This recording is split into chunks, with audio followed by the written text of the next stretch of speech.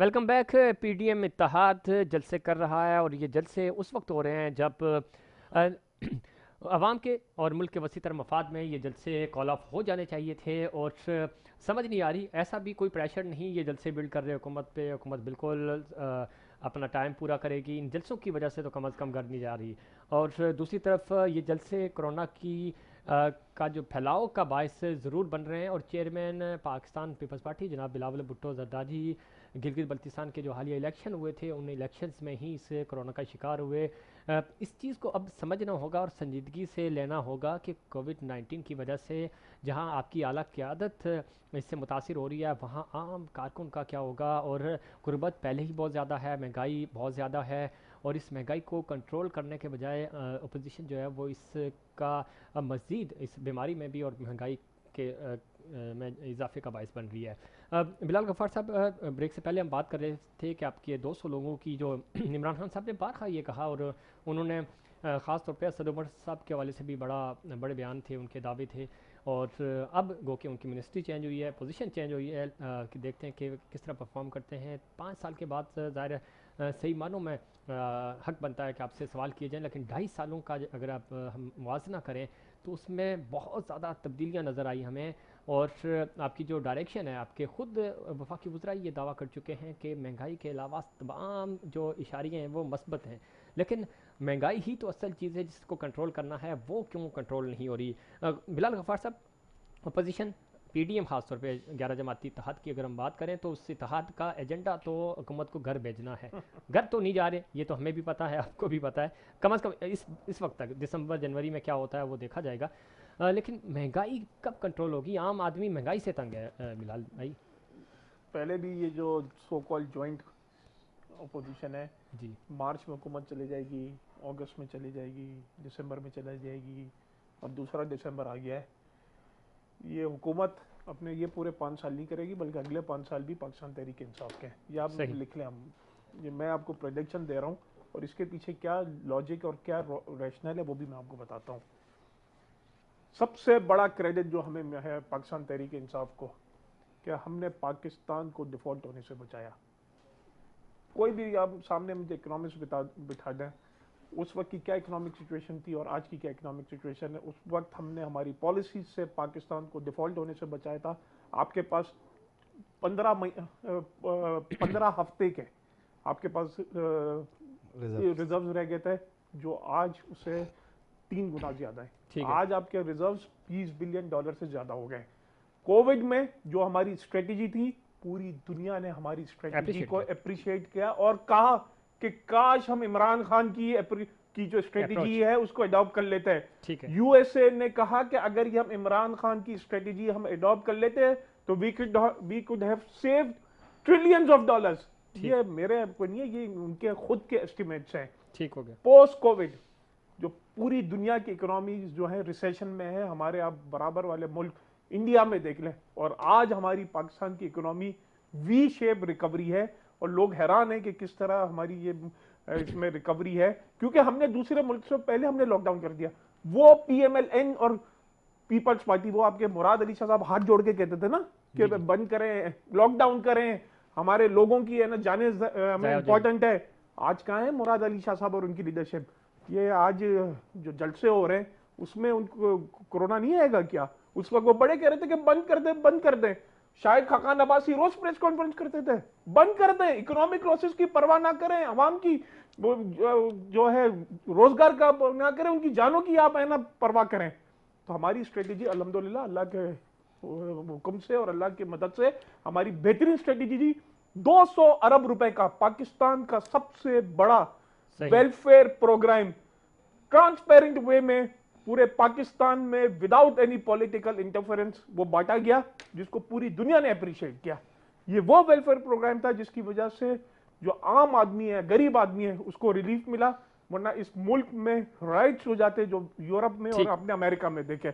इसके अलावा जो आज आपकी लार्ज स्केल मैन्युफैक्चरिंग में ग्रोथ है, आपकी सीमेंट इंडस्ट्री रिकॉर्ड प्रोडक्शन पे है, गाड़ियों की sales, auto sales record production पे है, टेक्सटाइल इंडस्ट्रीज के रिकॉर्ड प्रोडक्शन पे है, आपके एक्सपोर्ट्स में ग्रोथ है, you name it, any economic indicator जो है वो पाकिस्तान में इंप्रूव करने जा रहे हैं। लेकिन जहां तक महंगाई आपने कंट्रोल इन्फ्लेशन की बात जी, की, क्योंकि हमने बोल्ड डिसीजंस लिए थे और टफ डिसीजंस लिए थे, और बोल्ड और टफ डिसीजन एक बोल्ड लीडर होता है वही फैसले लेता है, उसके असरात आए।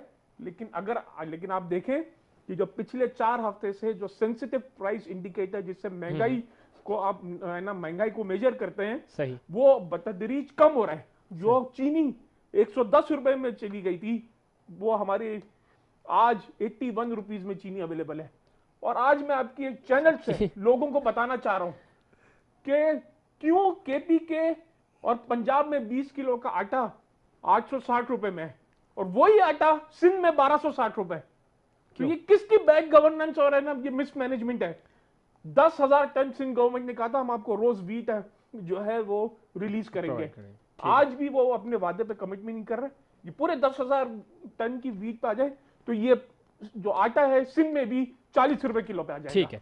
मिर्ज़ा आलम बेग साहब, आपको लगता है जो बिलाल गफ्फार साहब इंडिकेटर्स गिनवा रहे थे कंस्ट्रक्शन साइड पे, अगर हम देखें डेवलपमेंट साइड पे देखें तो चूँकि कोविड में इसको रोका नहीं गया था, काम हो रहा था इन चीज़ों पे, वहाँ तो हमें बेहतरी नज़र आ रही है, इंडिकेटर्स पॉजिटिव जा रहे हैं। आपको लगता है कि महंगाई भी कंट्रोल हो जाएगी जिस तरह ये बता रहे हैं कि आहिस्ता आहिस्ता करके, चूँकि बोल्ड डिसीजन लिए हैं, तो बोल्ड डिसीजन जब लिए जाते हैं, बड़े डिसीजन लिए जाते हैं तो वो फौरी नहीं, टाइम लगता है उनके रिजल्ट आने में। जो इंडिकेटर्स ये बता रहे हैं जी, मुल्की सतह पर, बैनुल-अक़वामी सतह पर अदाद शुमार के हवाले से बहुत अच्छे हैं। इनके समरात अभी तक चंद मखसूस लोगों तक मौजूद हैं और उन्हीं को मिल रहे हैं। आम आवाम रियासत मदीना की बात जो सुनते थे और जिसकी बुनियाद पर खान साहब ने हुकूमत संभाली थी, महंगाई, बेरोज़गारी, करप्शन, लोड शेडिंग, सही, वो कहाँ ख़त्म हुई। आज भी आवाम उन्हीं के नीचे दबी हुई है।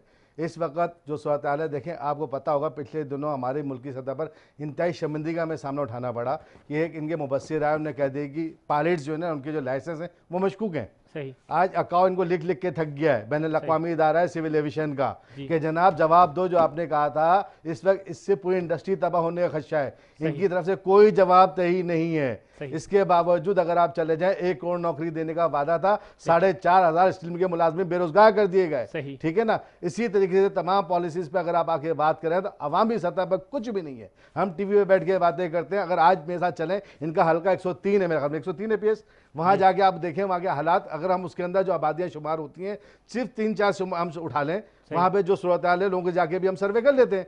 बात ये देखिए, कहने की हद तक बिलावल बहुत अच्छी बात है, मैं चलने को तैयार हूं, मैं चलूंगा। इस वक्त जो सूरत हाल है बिल्कुल चलेंगे, बिल्कुल चलेंगे, बिल्कुल चलेंगे, बिल्कुल चलेंगे भाईजान, चलेंगे।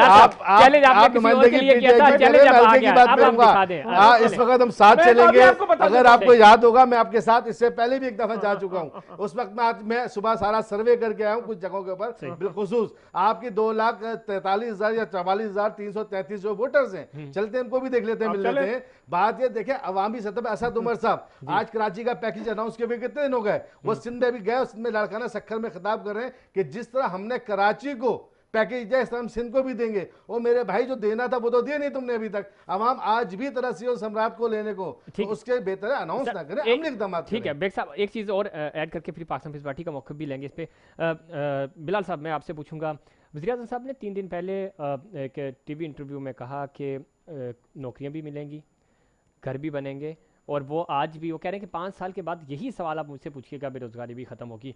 अब एक मिनट है आपके पास, आप क्या वाकई आपको लगता है कि, चूँकि वज़ीर-ए-आज़म साहब फैसल वावडा साहब की बात नहीं कर रहे, वज़ीर-ए-आज़म साहब ने इस बात को रिपीट किया और उन्होंने कहा कि मैं 5 साल के बाद ये रोज़गार, ये नौकरियाँ, ये सारी चीज़ें दे के जाऊँगा। अच्छा, पहले तो मैं ये बता दूँ कि हमने ये कभी नहीं कहा था कि 1 करोड़ नौकरियां जो है वो गवर्नमेंट देगी।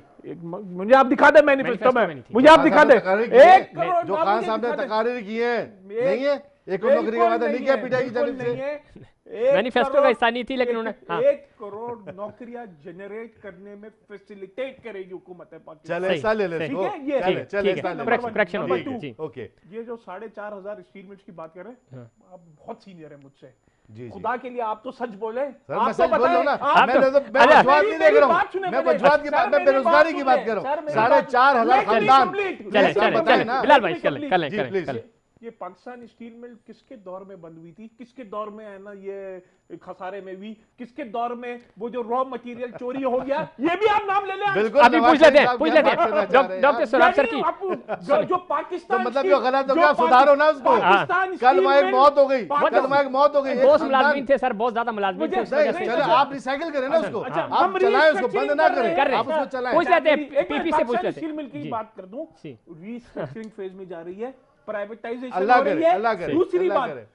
दूसरी बात ओवर स्टाफ, सियासी भर्तियां, और उनको जो 4 साल से उनकी तनख्वाहें, उनका जो पेंशन, उनके जो ड्यूज ओवर ड्यू थे, वो 23 अरब रुपए पाकिस्तान तहरीक इंसाफ ने इन वर्कर्स का दे चुके हैं। ठीक हो गया। डॉक्टर सराफ सरकी साहब ने हमें ज्वाइन किया है, सीनियर रहनुमा हैं, एमपी हैं पाकिस्तान पीपल्स पार्टी के।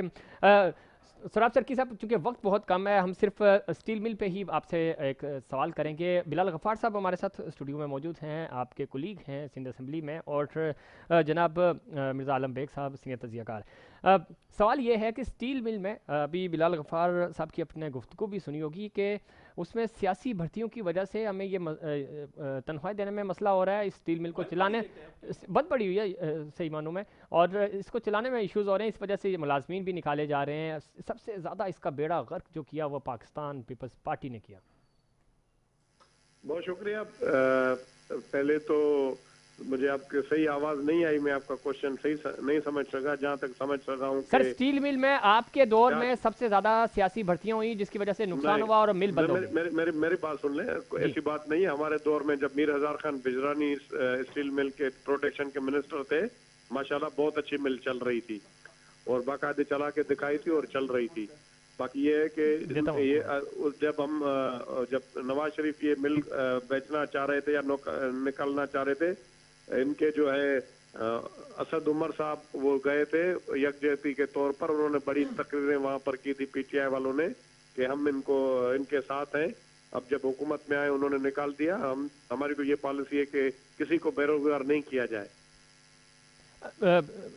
डॉक्टर सराफ सरकी साहब लाइन पे रहिएगा, बिलाल गफ्फार साहब आपसे सवाल करना चाह रहे थे। जी वालेकुम बिलाल भाई, खैरियत हैं? भाई आप जज्बाती हो रहे हैं, बहुत खैरियत तो है।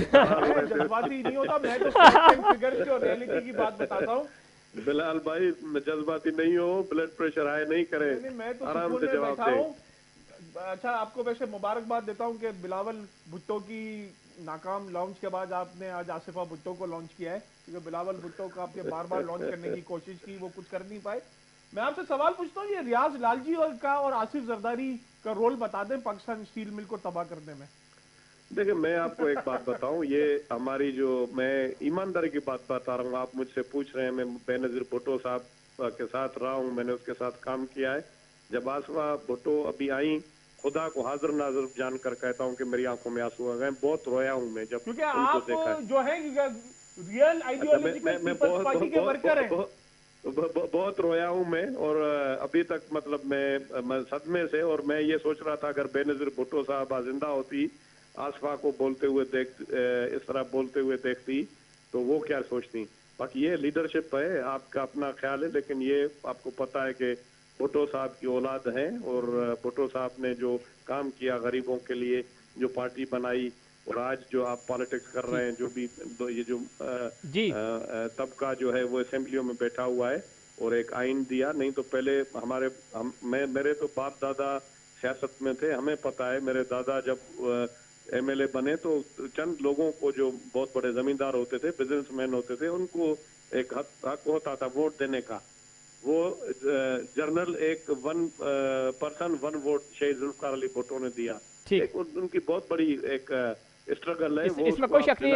डॉक्टर सराफ सरकी साहब, आप जैसे जो मुखलिस कारकुन हैं किसी भी जमात में हों तो वो पार्टी का सरमाया होते हैं, और आप ही की वजह से, आप जैसे लोगों की वजह से ये पार्टियां कायम भी हैं। बहुत शुक्रिया, आपने प्रोग्राम में वक्त दिया। बिलाल गफ्फार साहब, चूँकि बात चैलेंज पे चल पड़ी, मिर्ज़ा आलम बेग साहब ने भी कहा, आपसे भी हमारा लास्ट प्रोग्राम में इंतजार कर रहा हूं, कमिटमेंट था, लेकिन नवीद एंथोनी साहब ने हमें अपडेट नहीं किया था कि वो जलसे में जा रहे हैं, और वो जलसे में शेयर कर दूंगा। ठीक, लेकिन आज हम ऑन एयर ये वो कर रहे हैं कि अब वो वापस आ जाएं, टाइम सेट होगा आपके साथ बेग साहब भी होंगे, हम आपके हल्के का दौरा करेंगे, आपने चीज़ें दिखानी है और फिर हम नवीद एंथोनी साहब से इस्तीफे की भी बात करेंगे। बहुत शुक्रिया मिर्ज़ा आलम बेग साहब आपका, आपने प्रोग्राम में वक्त दिया। बिलाल गफ्फार साहब आपका बहुत शुक्रिया। नाज़रीन, ये था हमारा आज का प्रोग्राम।